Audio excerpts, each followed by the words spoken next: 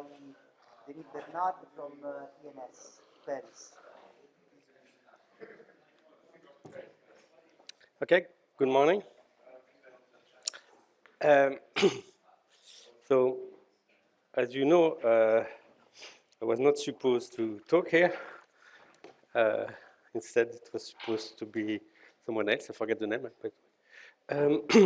So I had to improvise some kind of lecture for you. So I decided to take a recent seminar I gave and explain more or less all the words which are in the slide. So probably I will go through only 4 or 5 slides. And so the aim is to try to make simple and not mysterious what is usually hidden when you give a seminar. So on the way, I think we will touch, well, that's my aim, to explain a few things on classical, what is written here, classical stochastic processes, large deviation function, weak noise, stochastic processes with weak noise, and what we can be done in that case, and application to what is called the macroscopic fluctuation theory, which is a theory for classical system out of equilibrium. So that's the first part. And then the second part will be related to, everything in the first part is classical. And the second part will be related to quantum system. And I will more or less open quantum system, out of equilibrium quantum system, many-body quantum system. And I will discuss quantum dynamics for open system, quantum channels, quantum trajectories, which is what happens when you monitor a system, and then some aspect of stochastic quantum dynamics. I mean, quantum dynamics in a classical setting. Since the aim of this lecture is to be very basic and try to explain every hidden concept in a seminar, if you have any question, please ask, and I will try to answer. Okay? You agree with these rules? Good. So the seminar I took was that one, linked to some work I did with many persons, but in particular 2 students at ENS. One is Tony Jean, who is used to be a student at ENS, now he's a postdoc at Chicago, and before he was a postdoc in Geneva. And Ludwig Rosa, who is now still a postdoc at student at ENS, and is going to finish his thesis in a few months. And the purpose of this work was try to study fluctuation in many-body systems which are locally diffusive, and fluctuation of quantum effect, I mean effect related to interferences, coherences, entanglement. When you have a large enough system, macroscopic or mesoscopic system, those systems have typically a typical behavior. That's why there is a notion of thermodynamics. But on top of this typical behavior, there is some fluctuation, which are usually tiny. And the aim is to characterize these tiny fluctuations. So in the classical setting, so first, if the system is at equilibrium, that's we know the rules since Boltzmann. And so we have at least, in principle, a way to attack the question, to try to see if we can say something about the fluctuation, whether they are universal or not. If the system is out of equilibrium, there is no rules. Nobody knows, because it depends on the kind of processes which drive the system out of equilibrium. Nevertheless, depending on the system, time to time, even out of equilibrium, you may have some general principle, or at least a general framework, which describe what are the the fluctuation in those systems out of equilibrium. And for diffusive system, classical one, this is what the macroscopic fluctuation theory does for you. It gives you a general framework which tell you what are how to describe this fluctuation. And the aims that we decided to tackle, try to reach, were not yet there, is to see whether there was the same thing for quantum system and for fluctuation related to quantumness. So that's the first slide I would try to explain. So first there is some kind of pointer. So there is an equation which is dH equals something. So this equation is to define what is called the quantum sum, which I will not describe now. Maybe I will not even in the lecture. But as you can see, it's an Hamiltonian because it's called H. There is some CC-DAG operator which describes hopping, CR operator for fermions. So on each side there is either 0 or 1 fermion. On the Hamiltonian there is hopping term. So it's a very simple model, except that in front of CC-DAG there is what is DW, and these are random variables, which I will describe later maybe. So which means that the dynamics of those systems are random. So it's why it defines stochastic processes in many-body system. Okay, so that's what I will try to describe at the end of the lecture, maybe third day. So for a while, forget about all these terms. It's written injection extraction in order to drive the system out of equilibrium. So that's the kind of toy model we study in order to answer the general questions. So forget about it for a while. And now I will talk about the second part, which is motivation. So I say we would like to study fluctuation of quantumness, of quantum effect in mesoscopic system. So mesoscopic system means systems which are big and small at the same time, in between. So they are big because in some way there is many degrees of freedom. They are small enough so that there is still quantum effect. So it means that the scale at which we look is smaller than what is called the coherence length. And the coherence length is a vaguely defined concept because it's tautological. It's the length below which you find quantum effect.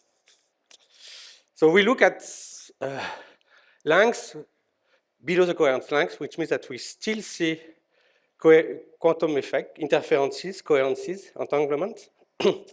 But we are concerned with diffusive systems, so it means that we look at scale which are above what could be called the mean free path. Below the mean free path, the quanta, the particles will move along a line. It will be ballistic. And then after some time, there will be collision from extra degrees of freedom. And this collision typically take place after a trajectory whose length is the mean free path. So if we look at above the mean free path, the transport behavior of the quanta are not anymore ballistic. It's more like a Brownian motion, but it's quantum things. So it becomes diffusive. So it means that we look at scale at which the transport is diffusive. And that's called the mesoscopic scale, in between the mean free path and the coherence length. So we will have diffusive behavior, but in a way coherent diffusive behavior. And we want to know, so there will be transport. Sorry, somebody is coming here, I don't know who. No, doesn't matter, I will do the rest on the black one.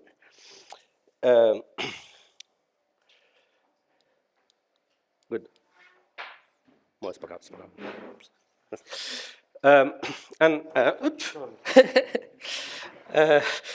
So we will look at, as I said, transport property in the system. So we drive the system out of equilibrium. It's why there is two reservoirs on the side.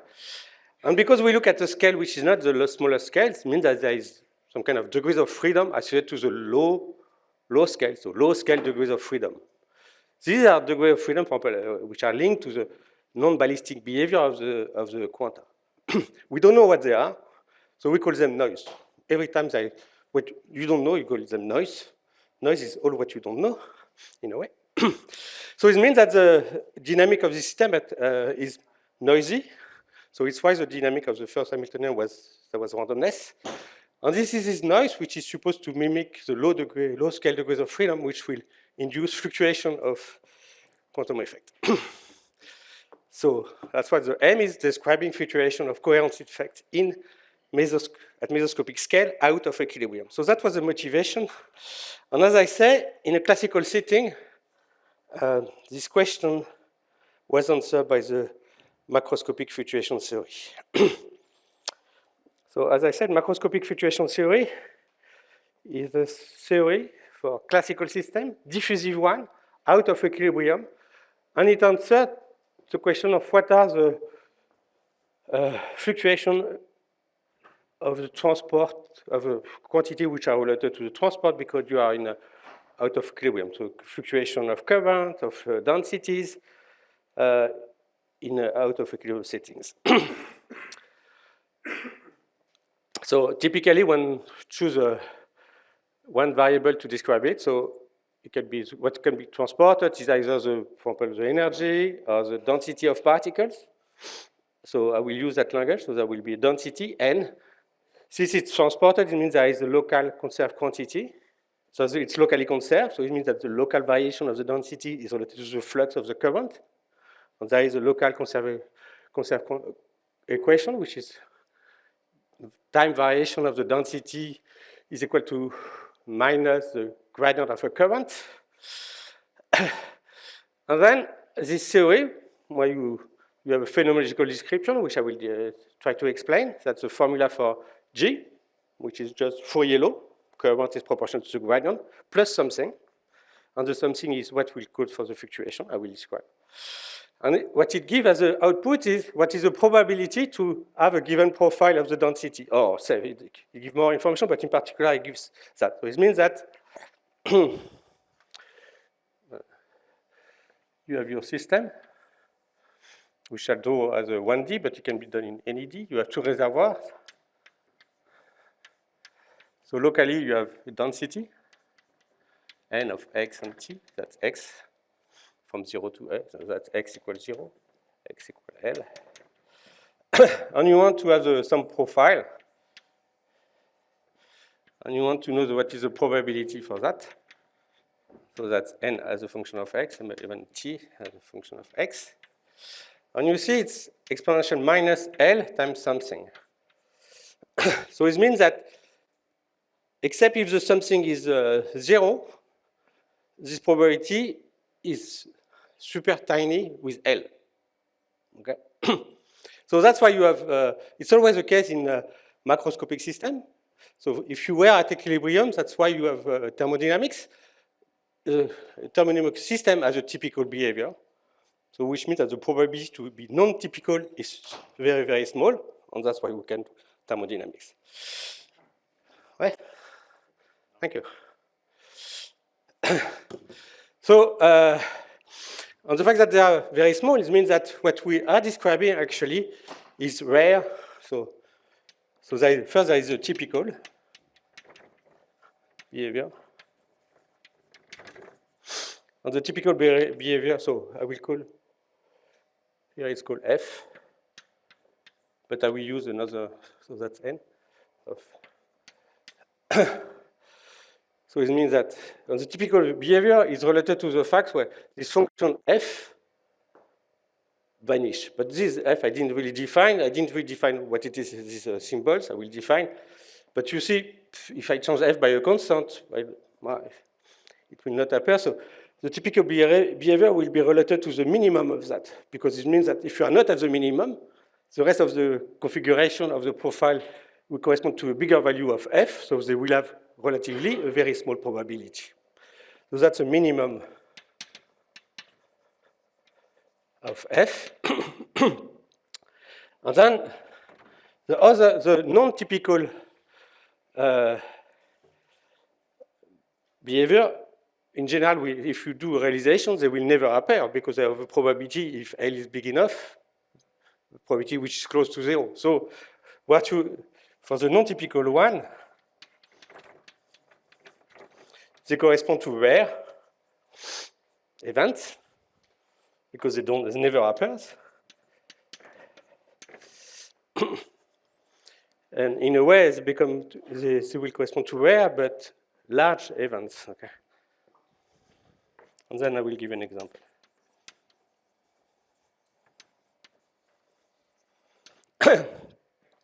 So that's the first things I will try to describe. What are large deviation functions?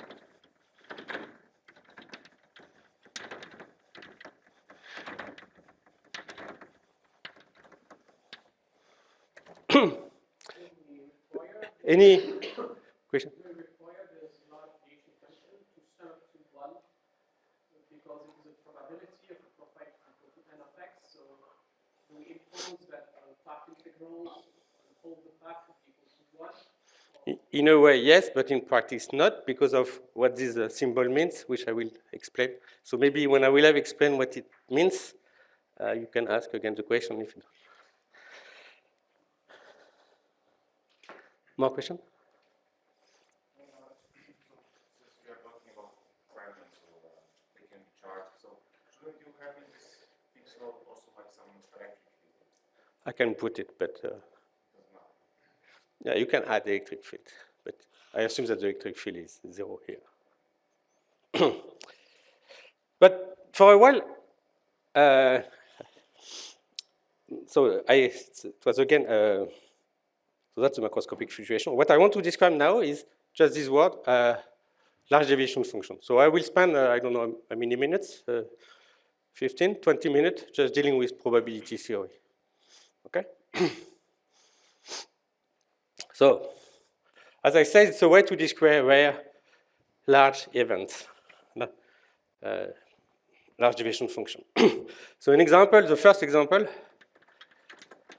is you take some variable xy, which are IID, which mean identically independent, identically distributed.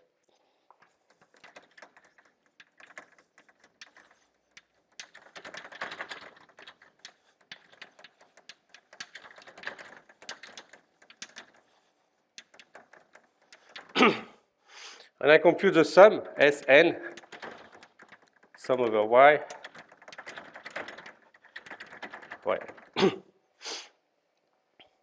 and up to a shift, I can assume that E of xi is 0. So E mean the mean.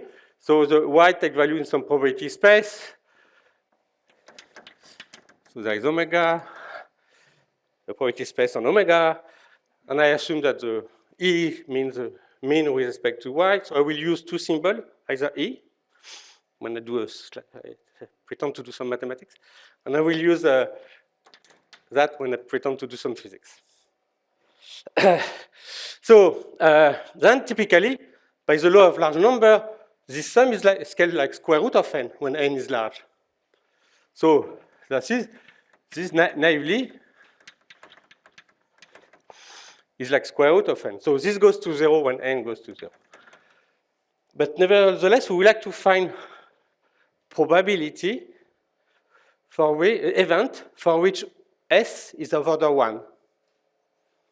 So we are interested of probability that Sn is equal to some value S, which is O of 1 as a function of n. And what we will find is that this is n times something, some function. Okay? So it's the same thing as what I was written here, except that instead of L, it's n. Okay? That's what I didn't find yet, but we will find it. But it's what I mean by, that's an example of rare events, because usually S vanish at n is large. And you just look at realization of this series of independent variables for which the sum is of order n, which is very atypical. But to do that, I need to do a small exercise before. So I take again x in omega p, probability space, and I assume, so it takes continuous variables, and I assume that probability that x belongs to x plus dx is more or less, and then I will define exponential epsilon minus 1 some function with so it depends on epsilon, this probability, some parameter. Epsilon is a parameter. on this probability as epsilon goes to 0. So I don't like it, so I will put that symbol. And these symbols, so notation.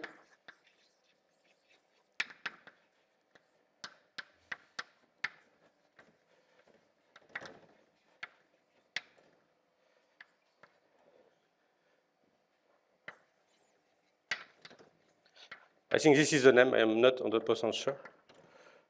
So it means that this is P epsilon is equal to minus epsilon I is equal to say that limit epsilon goes to 0, 1 over epsilon, epsilon minus 1, epsilon log of P epsilon is equal to minus I, x. Okay, it means that the left and the right hand side are equivalent once you take the logarithm. So it means that you forget about all the prefactors which can be here and so on. Okay? So it's why the normalization condition, well, now I am a physicist, so I don't care. But in that definition, if there was no subleading normalization equation, you will not care in that equation, in that formula. Okay? Do you see what? So again, what I'm trying to describe is something where variable is super small. The probability is very small. And then we will do an exercise. So that's a big formula. It's important. Right. Yeah, it's with respect to some measure, dx, but it's in the log, you don't care. But you are right, you have to specify with respect to which measure you do. So in fact, we will put a dx. But I will write it tiny, no? Or it's mu of dx, some measure. Well, huh? Okay. So now, so we want how to compute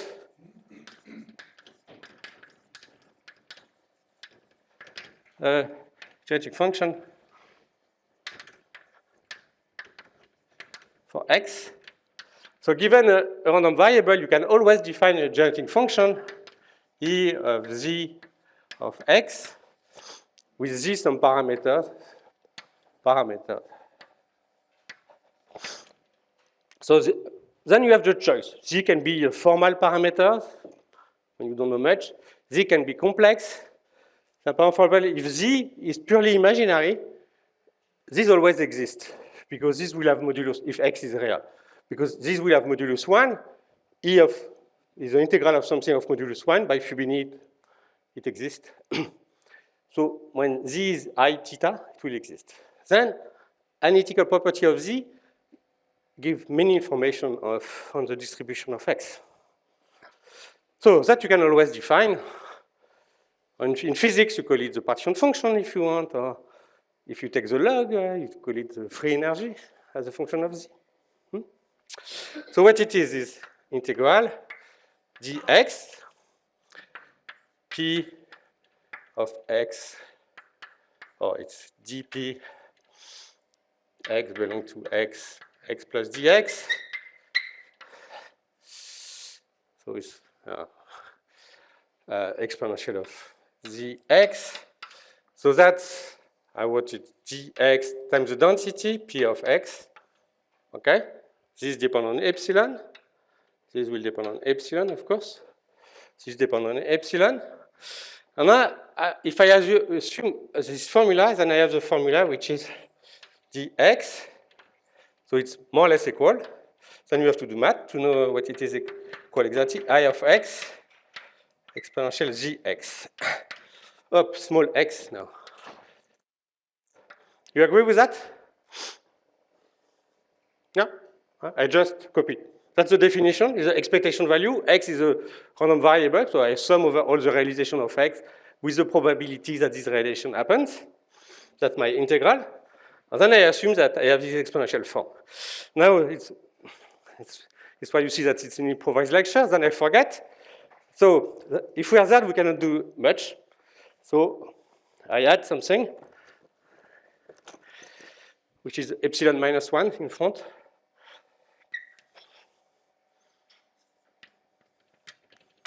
Okay, so I have epsilon minus 1 here.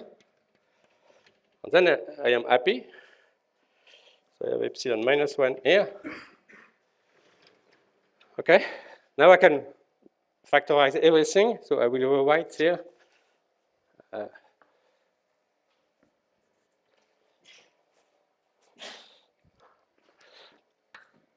Zx minus I of x. Okay, and I want to compute that when epsilon goes to 0. So the way to do it is do a saddle point of epsilon goes to 0. So I do a saddle point analysis, no?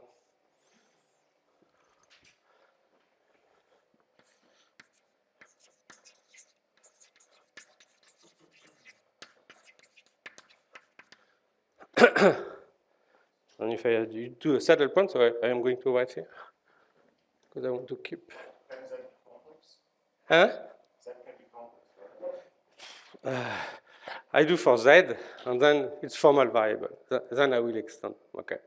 Anyway, I try to take z real at the beginning, and then you will see where you can extend it. And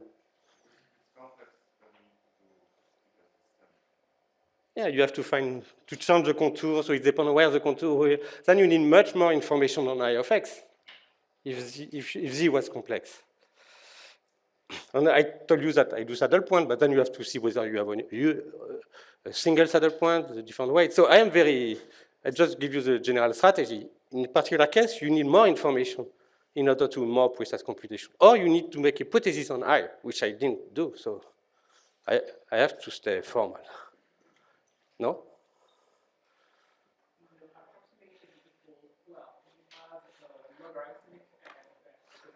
Yeah. Can you really do an approximative equal without the log, since you have only equivalence with respect to the log function, Yeah. not to the full distribution? If you have the extra factor here, so they will be here. So I will have some function which are smooth, at least, which will be of the form, maybe there will be some, so there will be some function, I don't know how to call it, q epsilon of x, which have to be more specified, but which is small compared to that one, because, okay, the log is small compared to that one. So when I do the saddle point, this one will not contribute. Okay?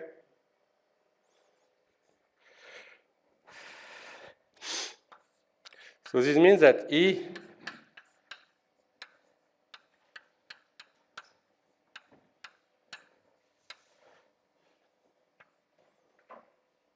probably more or less equal. So when I do the saddle point, I have to look, I assume that there is one saddle point, x star, and then I evaluate the action at the saddle point. Okay. So that will be, and I'm pretty sure this is this one, minus epsilon of, I will call it f of z, is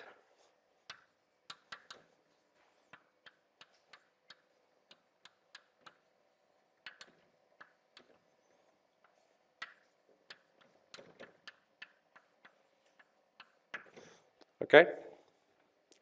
Mean, yeah. So it means that we know this is a Legendre transform.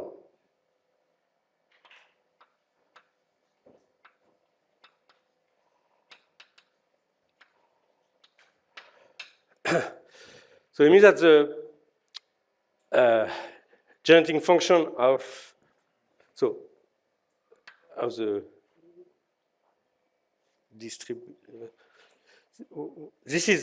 this function is a generating function of the moment. If you expand in Z, it's also called the Legendre transform of the distribution by definition.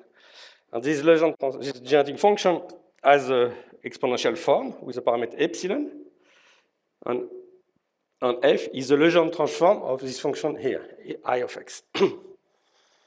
Okay? You agree with that computation? So this means that I can reverse the by inversion of the Legendre transform E of x. Of course, then you have to check to be careful about the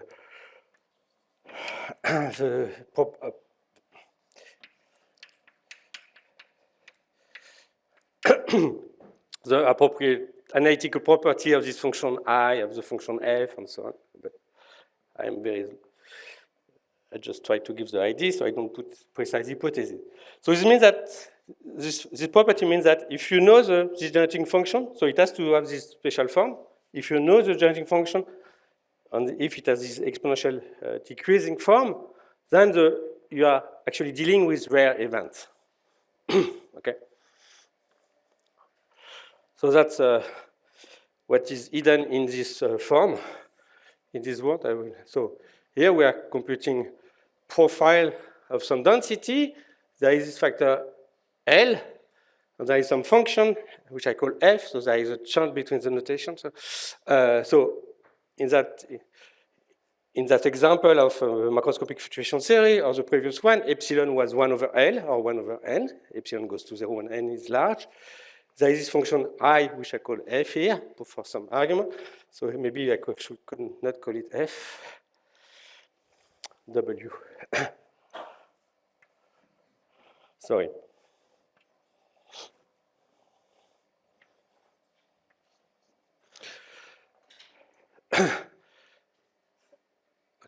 So the function I has a name in probability. So this called function I is called the large deviation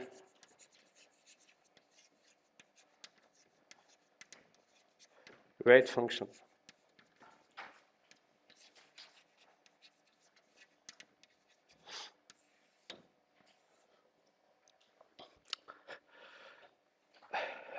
And if you view that as a partition function, that's the free energy. That's why it's called the free energy for the variable x.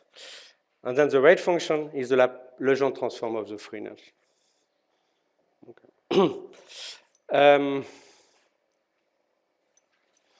Let me do some comments, and then you can ask questions.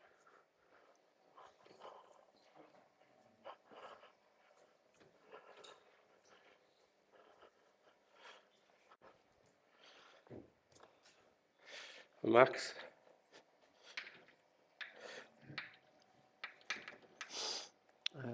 X bar. Suppose that I has a minimum, X bar is mean, argmin of I over X. So it means that X bar is where the is minimum at X. At X bar. Then what we have that the probability, so then I will write X is X bar plus delta X. And the probability that X is more or less equal to X bar plus delta X will be exponential of minus 1 epsilon 1 over X bar. And then if I expand, minus epsilon minus 1 over 2 x delta x square times I second of X bar plus dot dot dot. So this means that delta x, if I compute the E of delta x square, is more or less equal to this Gaussian. If I neglect the other terms, and it's epsilon over I, which go to 0 when as epsilon goes to 0, but we know that this is what we have to do.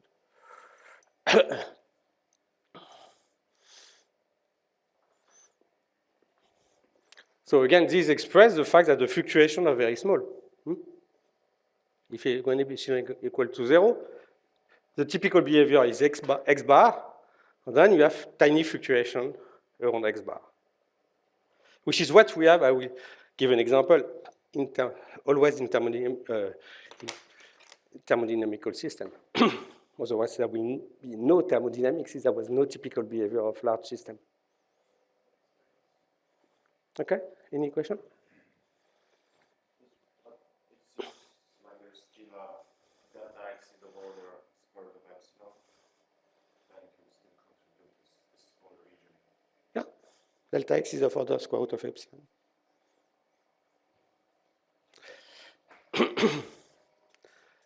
But then there is all the other contribution. No? Hmm? So how does it go to 0 then? But it just it's proven. Right. No, there's a. I just assume I neglect here and I say, it's Gaussian. It's almost Gaussian. So there are higher correction.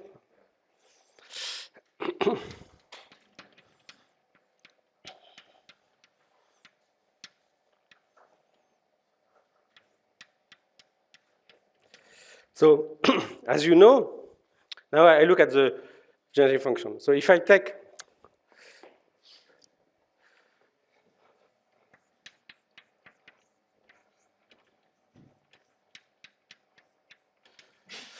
so this function, if I expand in power of z, is a generating function of the moments of the variable, which are here, x divided by epsilon, okay?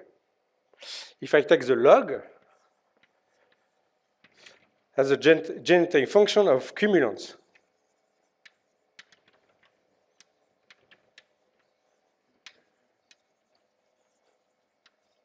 If I can, if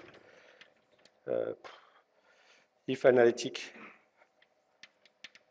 in epsilon goes into 0. Okay? If I take the log of that, as we do in statistical physics, that's the generating function of the cumulant. So the first cumulant is the mean, the second one is the variance, the third one is the name, but I forget. Okay? So if I take the log, this is epsilon, this is, should I put a minus here? I'm not sure about the minus everywhere. Minimum. So there should be no.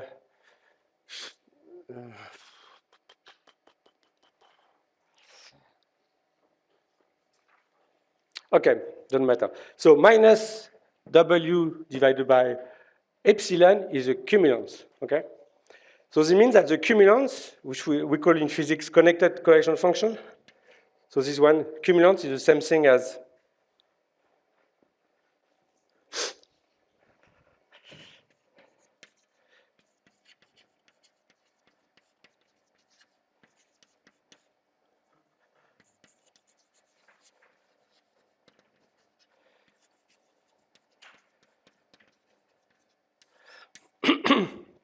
so we denote with a small c. That means that the cumulants of order n with a c is the, if I can expand, if W is analytic, that will be the given by the order, term of order n in the expansion of this W with the epsilon minus 1. So the cumulant of that one is epsilon minus 1 times some number which I can call Cn as a scaling. Which means that if I multiply by everything by epsilon to the n, this is cumulant is homogeneous with respect to the variable, that this one scale like n minus 1. So the higher cumulants become smaller and smaller with n. Epsilon goes to 0. So the mean is of order 1. The mean is related to x bar. The variance, which is the second cumulant, is of order epsilon. The third cumulant is of order epsilon 2. Fourth, epsilon 3, and so on. So that's the sign. If you have in your problem one parameter, the size of the system, number of particles, h bar, whatever, because epsilon is like h bar. If you have this function for this scaling in terms of the small parameters of the cumulant, that's the sign there is a large deviation principle behind the system you are looking at. Yes? Usually when people consider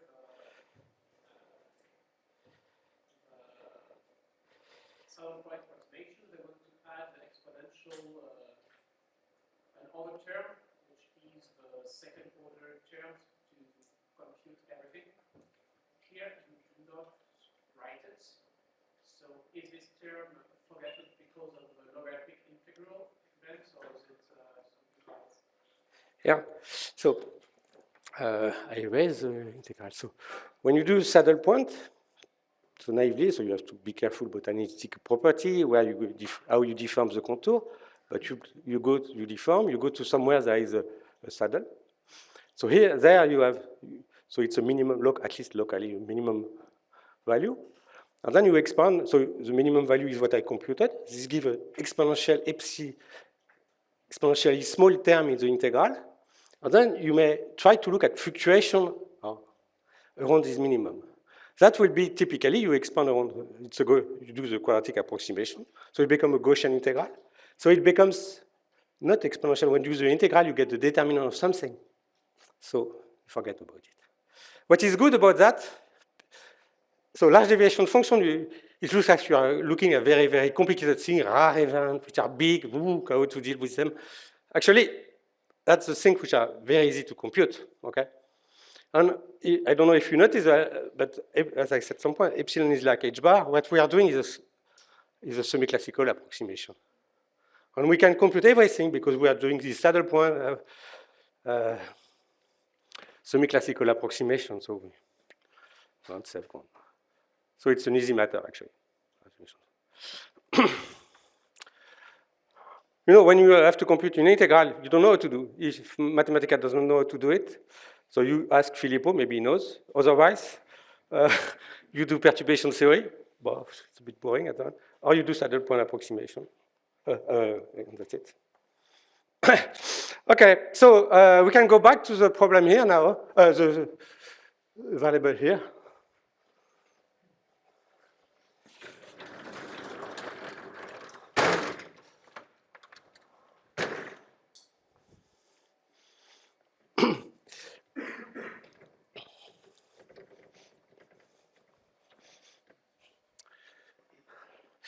So we know that if we want to compute this rate function, so maybe the rate function is difficult to compute. It's better to compute the Legendre transform, to compute the rating function. So in our problem, epsilon, so for Sn, so Sn, so P of Sn. So we have the case where epsilon goes to 0. So we compute E of exponential epsilon minus 1 z Sn, which is E exponential of z epsilon minus 1 over n up. So epsilon minus 1 is n. So that's E equal 1 for n y to the n, okay? Because the n compensates with the 1 over n. So now these variables are independent. So I can use a very nice property of, so exponential z sum over.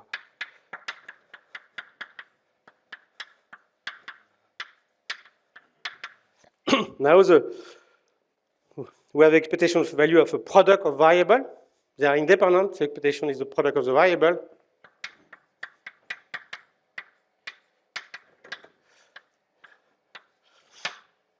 To the n, okay? So if I call this one P exponential of w, small w, omega of z, okay? So for example, if it was Gaussian, if y is Gaussian,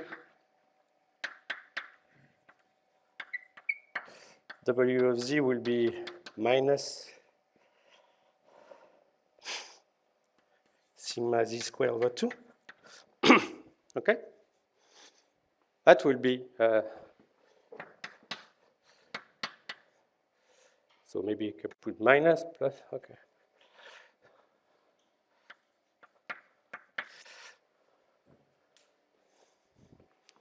And then we apply, we do the Legendre transform, blah, blah, blah.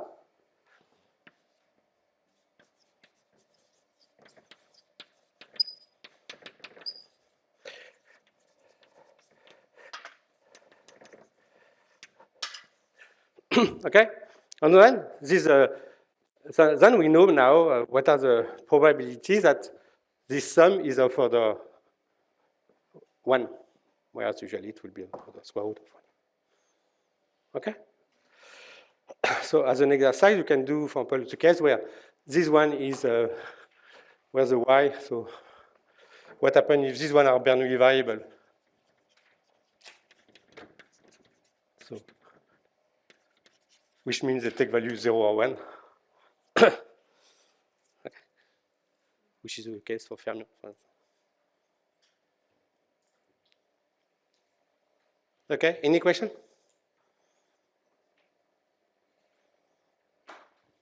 You are lost? Andrea? An example would be, Ah, that was an example. yeah, okay. Even I can put if Gaussian, but then I will give an example related to thermodynamics. Exponential of, for Gaussian.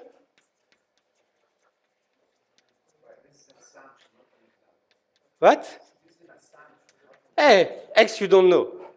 So you have to give an assumption, okay. And then the Legendre transform of a Gaussian is a Gaussian. So for Gaussian, S is a Gaussian. So the red function. I will give an example. So there is one example, you know field theory, when you compute effective potential for the magnetization, that's what you are doing with epsilon is 1 over the volume of the system. Every time. You know that effective potential is a Legendre transform of the 1pi diagrams. 1pi is analog of W, and the effective action is analog of the rate function. So the effective potential for the magnetization, if I to the force, for instance, is the rate function, actually.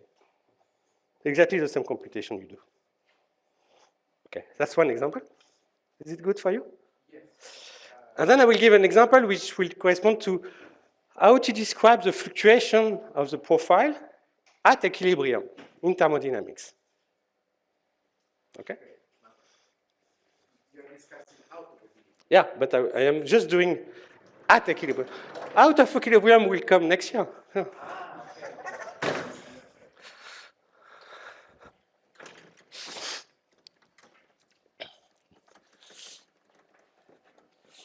I am describing first large deviation function because everything is, that's a general concept in statistical physics. And it will come out. So, example 2, so that was the first example, is fluctuation, density fluctuation.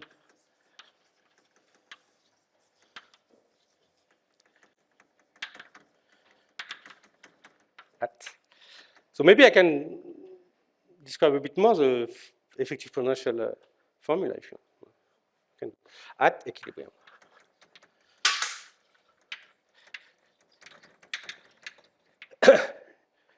You want me to describe more why the effective potential is okay.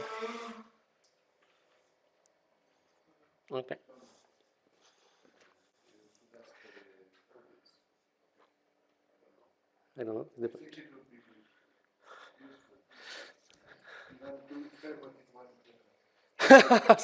then I will sure I will not touch about.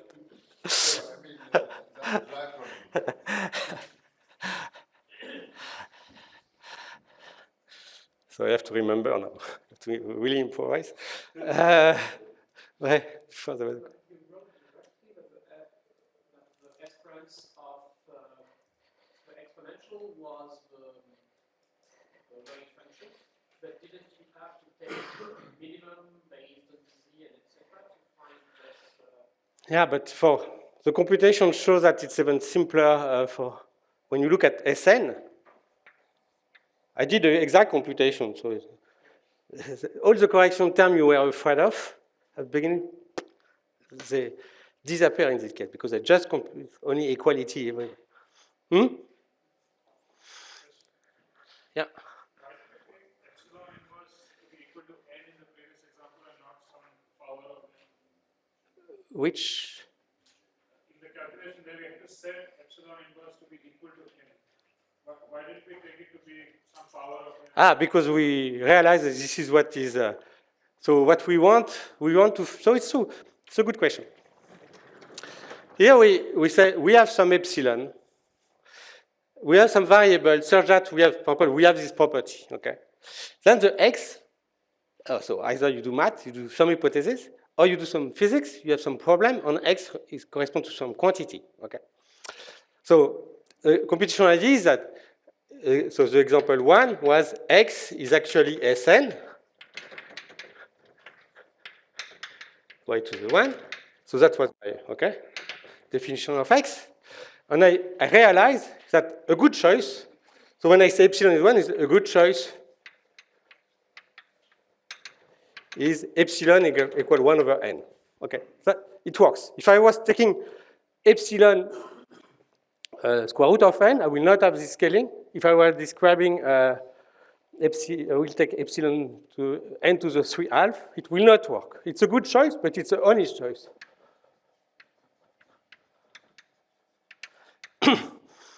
Now you may have another kind of model for x. What I will describe will be linked to the density. You will see that epsilon will be 1 over the volume. You may have x dependent on time. That I will have an example where you look at, for example, here the number of particles which have traveled during time t. In that mode, when it's diffusive, epsilon will be 1 over t time. But there is another problem where actually it's for example, if you have something which is super diffusive, it will be epsilon is equal to t to some power alpha, 1/3 if it's kpz, or these kind of things.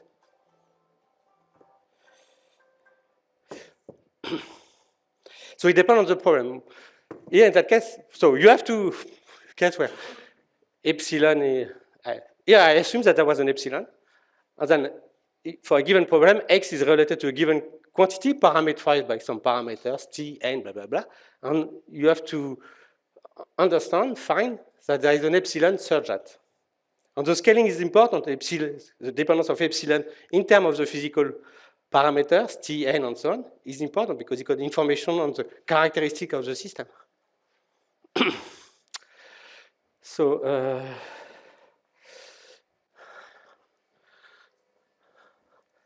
field theory, you want me?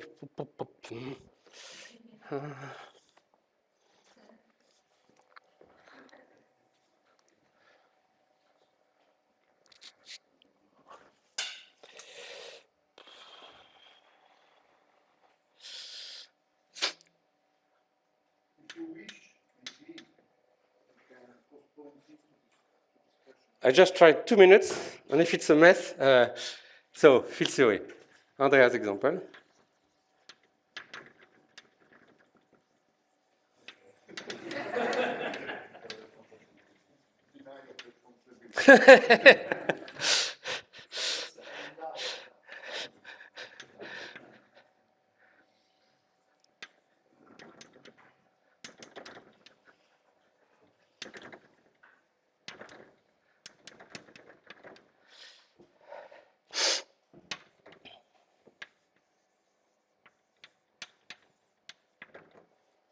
No, that's it.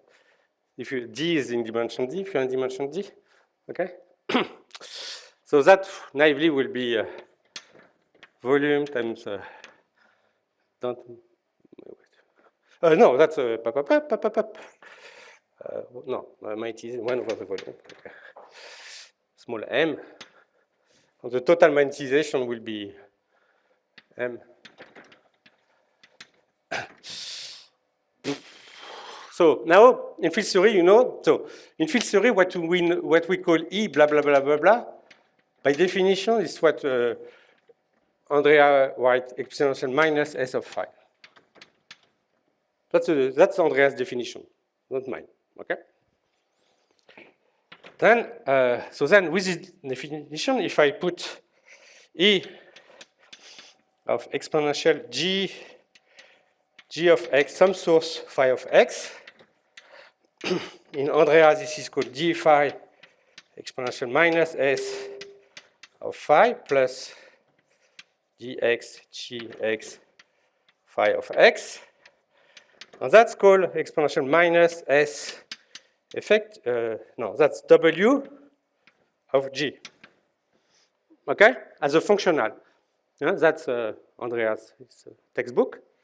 So G is a generating function of the connected correlation function. Okay.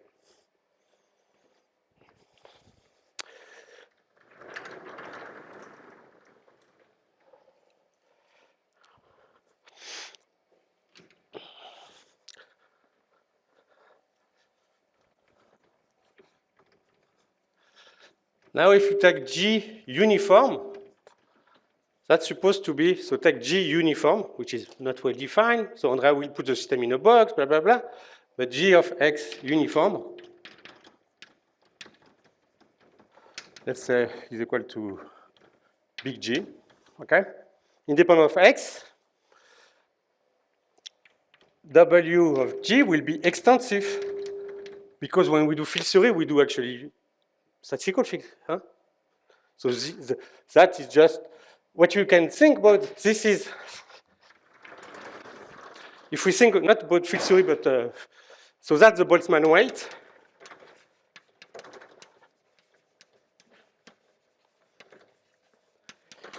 So that's, you put external field, instead of calling it G, you call it H, external field, no?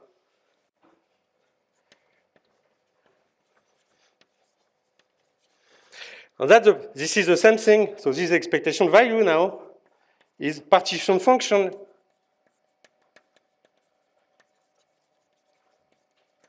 in an external field. Okay? That's all. So now, partition function. So if I take, this will be the free energy in the presence of an external field. Actually, if you normalize minus the free energy without the external field. So it has to be, it will become extensive. So okay, some W times big J, okay? So now if I compute, so I would put the volume somewhere. Exponential volume, the M. So now I will tell you that if we suppose, so the magnetization in thermodynamics, I told you it's supposed to have a given value in magnetization. So what I will do is I will verify that if I assume that the magnetization has a large deviation function, then I got this formula. Okay. So I do the reverse. So assume that P of the magnetization is of the form minus the volume times some function of M. And then I compute when the volume is large. And I compute exponential of the volume, the M. Okay? So this means, compared to my notation, that was X, and that's 1 over epsilon. Okay? And then I do the same computation. So that's, if I look at this formula, that's d phi, exponential of minus S of phi plus integral of z integral of d dx, phi of x. Okay? So this corresponds to have a G, a current, which is uniform, whose value is z. Okay? So that will be exponential of minus vol omega of z. And then it's finished. So if I do the Legendre transform of that, you know that Legendre transform of, by definition, Legendre transform of G is the effective action. The Legendre transform of W with G uniform is the effective potential by definition. So this means that E of M by Legendre transform, this is the effective potential.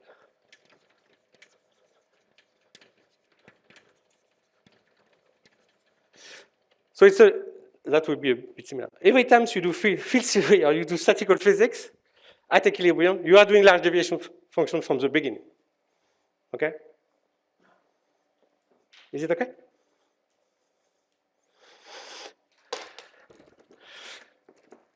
Andrea? Maybe if you say that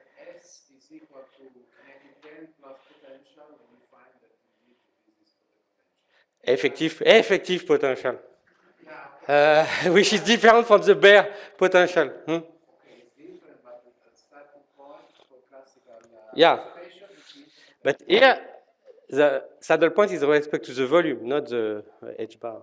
Yeah. Okay, but it's effective potential. I agree. If you neglect interaction, that will be the potential, but it's an effective potential in the sense of field theory.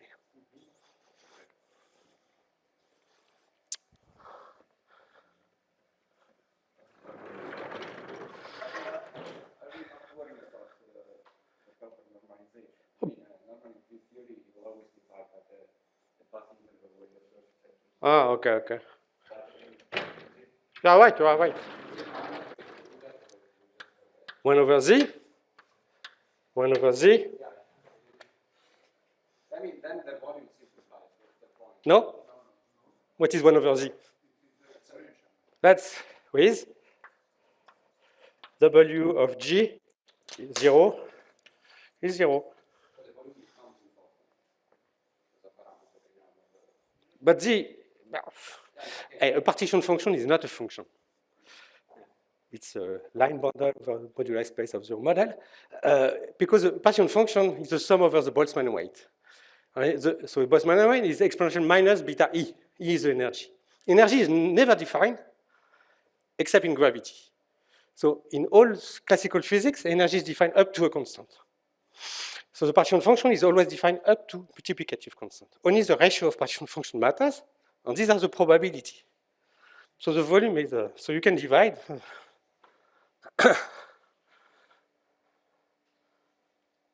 No? Okay. So I want to describe, so I have a system, of volume V, with n particles. So it means that the density, I will call it n bar, is n over V. And what I would like to know, so again, that will be the typical behavior of the system, okay, when we do thermodynamics with that. Then there will be tiny fluctuation of density locally. Look at, I don't know, a glass of whiskey. When you put water, you mix that, then it's not completely that fluctuation, okay?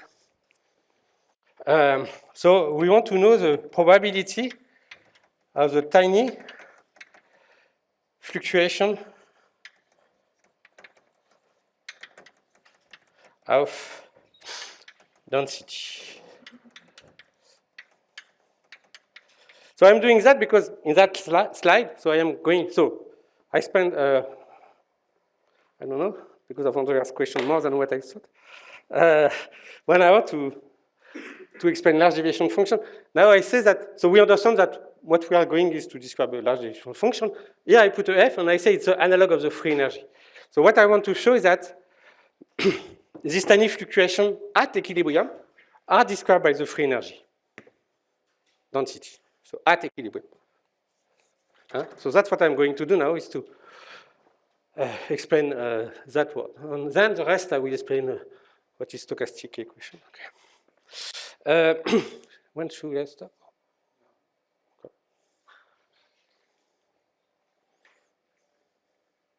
Then I will, after the break, do that computation to show that fluctuation of density at equilibrium can be computed in terms of the free energy. Yeah? In thermodynamic theory, we describe pressure as the measurement constant of the volume and etc. All these, well, thermodynamic quantities are defined this way. Can we think about this in the same way as we did for the large deviation function, or is it the same way of things?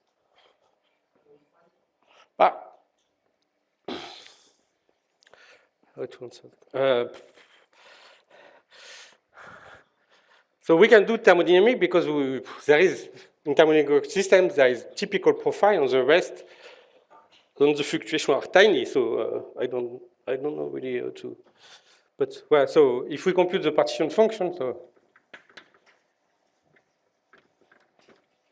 for n on V, I don't know, I call n on V, this is exponential minus beta free energy of n on V.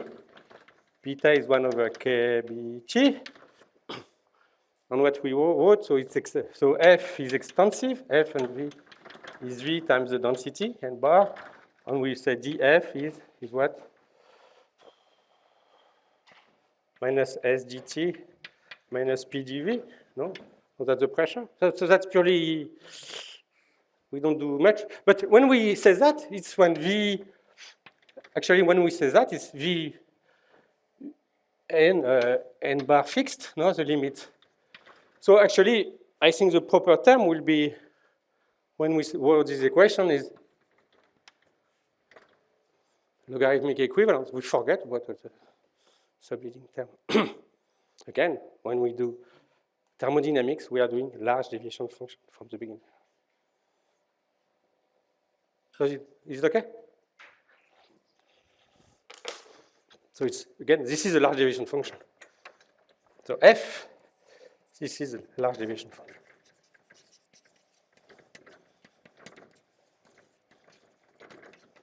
Well, that's what we did with Andrea's example. We compute some free energy, and he tells us that it's the effective potential.